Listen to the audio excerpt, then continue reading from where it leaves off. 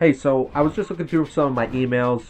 I always get emails from Newsmax, never really look at them, but this one I decided to read because I'm interested. It said that the United States could see the first population decline decades early. So it's a whole thing about because we're not bringing in enough immigrants now, we're stopping that, we're losing the migration growth, there's not enough people having babies, the aging population is growing. Look, I might have talked about all this earlier on in my show, or not. Elon Musk talked about this stuff about the birth rates and all that. Well, if it's really that much of a problem, why don't the people in power try to create an environment so Americans could feel that they could have children and families again? You see, you keep telling me the problem. Newsmax sites, Fox News sites, CNN sites, this site, New York Times. Everybody keeps telling you the problem. Everybody keeps telling you what's wrong with everything. But you notice nobody comes up with any solutions. You think that's because they don't have any solutions? It's because they don't want any solutions. They want the population decline to happen. It's happening around the world. Of course, there's many factors behind it. We could go by the feminist movement, which is an ideological reason. We could go by a biological reason with the environment, geoengineering, the stuff we're eating. We could go by government reasons, the taxes that they impose on us, inflation that they impose on us with spending money like nothing.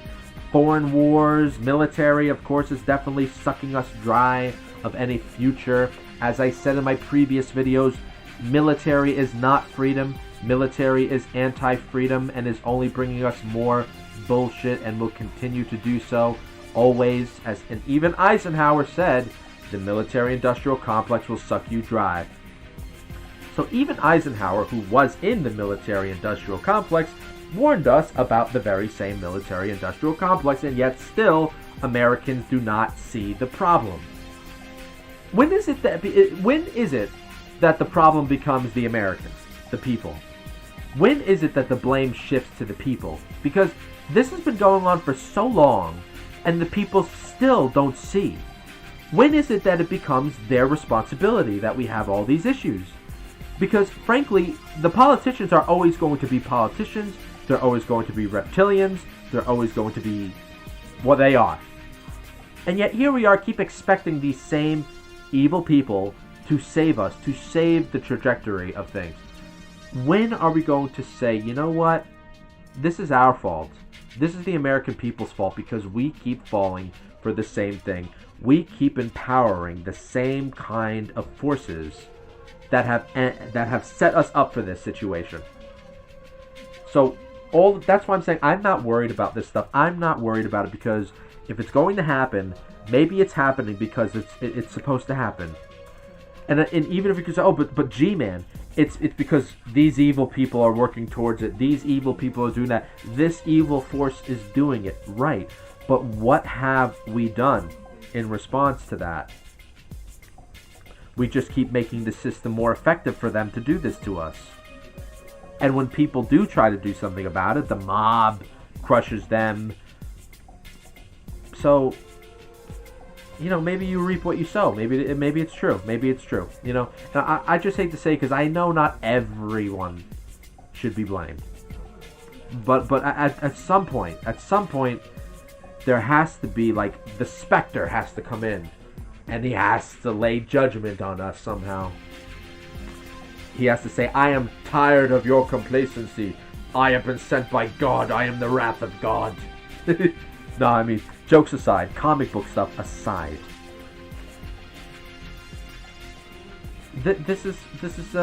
We're having these problems, right? And they're saying, oh, well, the reason is because financially people don't want to have babies because now, on average, it costs $350,000 to raise a child from birth to 18. How much was it to raise a child even during my mother's time when she was being raised by my grandpa and grandma? I doubt it was that much. So the problem is our expectations, the economy, how we made every fucking kid go to college pretty much, and we overinflated not just our dollars but our degrees. We overinflated pretty much existence itself. I don't know. Maybe it's just a way of, maybe God has given us these evil people and he tests us. And even when the evil people win, maybe it's still God's will. Because if the evil people win, that means that the good people stood by, did nothing, and we let the evil people win. We didn't fight. We didn't fight for God. We didn't fight for anything that was really real. We only cared about the bottom line.